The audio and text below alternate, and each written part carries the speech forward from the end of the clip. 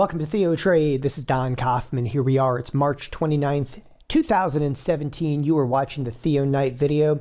Today, a rather slow trading session with the S&Ps just migrating a little bit higher, up about 6 handles. Nasdaq futures considerably stronger.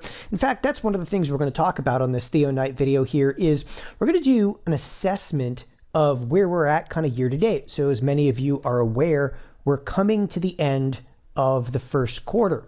And anytime you come to the end of a quarter over here, you can actually see portfolio managers literally dress portfolios for the end of the quarter. What that ultimately means, if you've never heard that terminology before, one of the terms that's often used by portfolio managers is what they call the window dressing.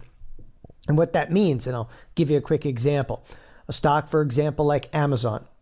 Amazon has performed stellar this particular quarter. And a way to kind of elaborate upon that is all you're looking at here is a year-to-date chart.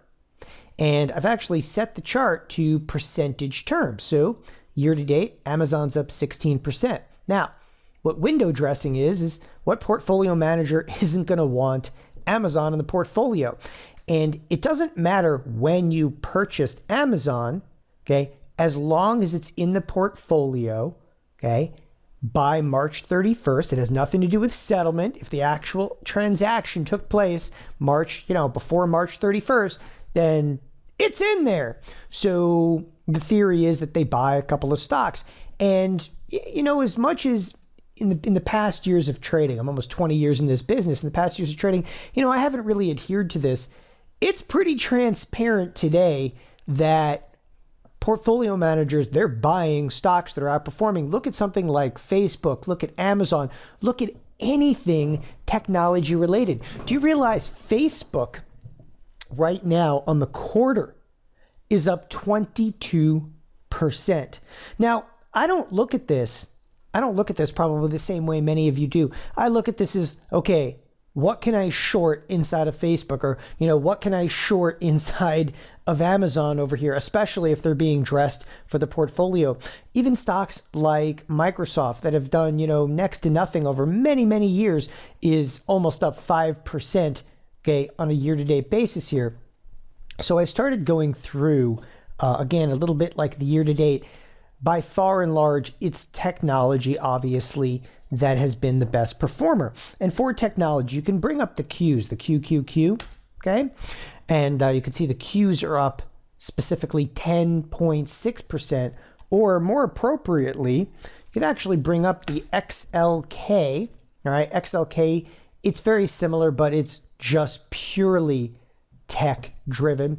It's up about 9%. Again, on a year-to-date basis, recognize that the S&P is supposed to appreciate in any given year about 8%. Well, technology here is appreciated by 9% in the first quarter. So is it going to outperform, 4 or 5-fold of what it's supposed to? How many deviations? I mean, you're looking, 4 or 5 standard deviations outside the mean if this thing was to return, 40, 50% returns in the year. So clearly, this kind of trajectory is not really relevant for the entire year. And at some point, you have to look at, hey, I'm the guy that likes to be a bear.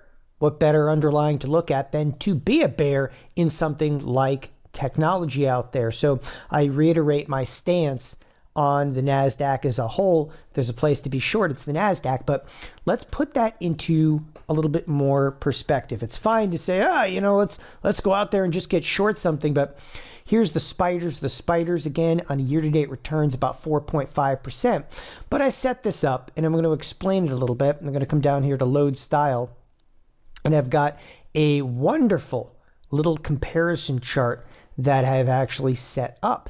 Okay, when I say wonderful comparison chart, what are you looking at over here? Well, this is a lot of our major sectors represented here on a comparison chart by ETF products. And again, let me kind of elaborate. This is just, all right, set up to a 3-month. Now, let's actually make it really specific. Instead of using just a 3-month, we're going to come down here and change this to a year to date. So you can see what the best performing sector has been, what the worst performing sector is, and everything in between versus, okay, when I say versus, of course, the spider. So right here in the middle happens to be the SPY. Now, let me take you through what's the worst performer so far year to date. Won't surprise you. It's the XLE, the energy sector. Top performer. Well, we've already covered that a little bit. The XLK, technology. So right off the bat, if you're looking for trade ideas in the midst of this, it's not going to take very much to go, hey, we could be out there shorting technology and buying energy. Okay? Could be a nice trade to play out. Then what's the second worst performer over here? We look at the XLF. It's financials. Okay? No surprise there. We're going to talk also in depth about financials momentarily. Okay? Right here in the middle, once again, this is the spiders. So we cruise a little bit higher in here. We talk about the XLP. That is consumer staples, okay? Just a bit up here, you've got the XLV, which is healthcare. And of course, right below it over here is utilities. Now, again, not every single sector is represented, but these are the ones that I felt were very much in play. And again, you can construct, a multitude of different trade ideas simply from a comparison chart. And this is a year to date. I've seen some crazy things over the years, but the difference between the best performer and the absolute worst performer is phenomenally large, obviously amounting to almost a 17% differential from obviously technology to down to, of course, to the energy sector. It's pretty severe in the energy sector. And if you take this out a little bit further in time, I'll even go out to 5 years. There's something even more enticing in here, and this is really why I'm doing comparison. Sometimes a comparison chart can give you wonderful perspective on what the market is doing right here and right now. And for that, ironically, you'll see that XLV, okay, once again, healthcare is the big outperformer. And what's almost matching it neck for neck is the XLF. So the XLF, again, over 5 years has been, okay, one of the absolute top performing sectors out there. Obviously, once again, one of the worst performing sectors has been energy, which if you look at the XLE, what really composes the XLE, ExxonMobil, ConocoPhillips, okay, a few others obviously out there, but those are some of the big names in it. So the reason I'm actually doing this is, all right, so what kind of perspective can you gain from this? First of all, healthcare for right now, it's a little bit off the board, only because obviously the recent political climate around healthcare. I'm not one who wants to take a position in that kind of, politics surrounding a particular product out there. However, one thing I've been watching extensively, okay, and carry positions in happens to be none other than the financial. So I've already elaborated on, obviously, in the shorter duration here. In short duration, you can look at something as easy as, hey, short technology, okay, and buy something like energy out there. It's a quintessential pairs trade. But there's another issue that's going on in the market, and I think, again, bringing some more perspective by looking at this comparison chart can help. And that happens to be none other than the XLF. I'm just going to go back to a standalone chart here in the XLF, okay? And once again, we're going to view the XLF on a year-to-date basis. The XLF is in some very, very critical territory right now, okay? Once again, we have a product that cannot get out of its own way. And from recent high to kind of recent low, okay, the XLF has actually moved from, it was up about 8%, it was down about 2%, okay. The rally back over here has been extremely minimal. As I said, the XLF cannot get out of its own way. This is one of the largest sectors inside of the S&P, and it's an underpinning to the entire S&P. So what's my concern, obviously, with the XLF? The XLF concern has broader implications to the entire S&P 500, okay? We might be, and the reason I talked a little bit about window dressing, we might be towards the end of the quarter right now. And what you're seeing is just a rotation of capital. And what do you mean a rotation of capital? Well, fund managers are rotating capital into some of the technology stocks there. But once the music stops at the end of the quarter, okay, and turning around into next week, if that music stops, is the XLF going to put more pressure forth to the S&P? because you may not see these fund managers running out to be able to buy the Googles and the Apples and the Amazons, okay, and Facebook out there. So let's actually, if you will, for a moment, extract, Facebook, Apple, Google, Amazon from the equation. The only thing that brought the S&Ps higher today, okay, were really a handful of technology stocks.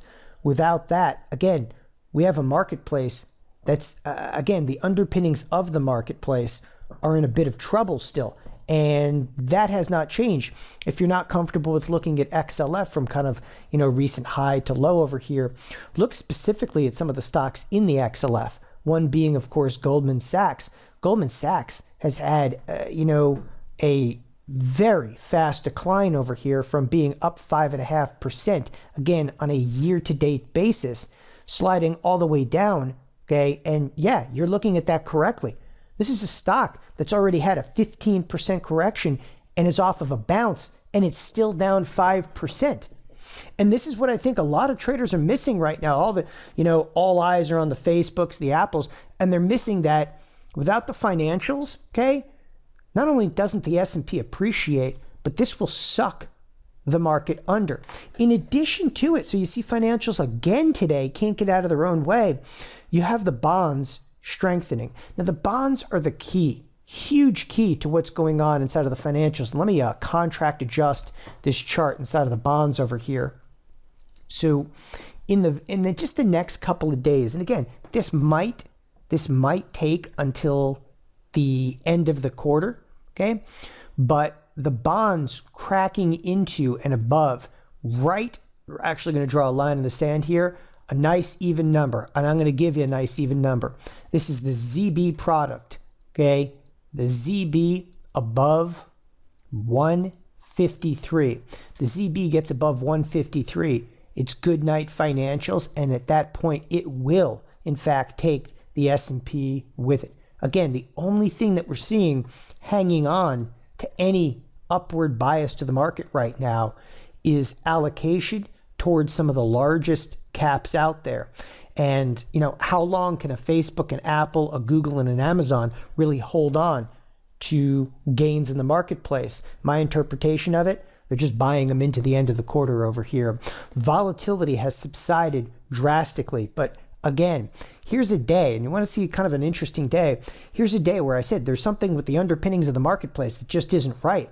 Today we have the bonds higher, okay? Which is often like, hey, managers are rotating capital out of the S&P into bonds.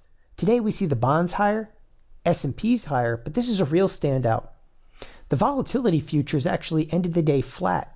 Typically when you rally, you have the volatility futures backing off, okay? This is a cyclically looking day, okay? Even though it's fairly light out there in terms of volume, keep eyes on the bonds, keep eyes on the financials. They're eroding, okay, the capabilities of the S&P 500.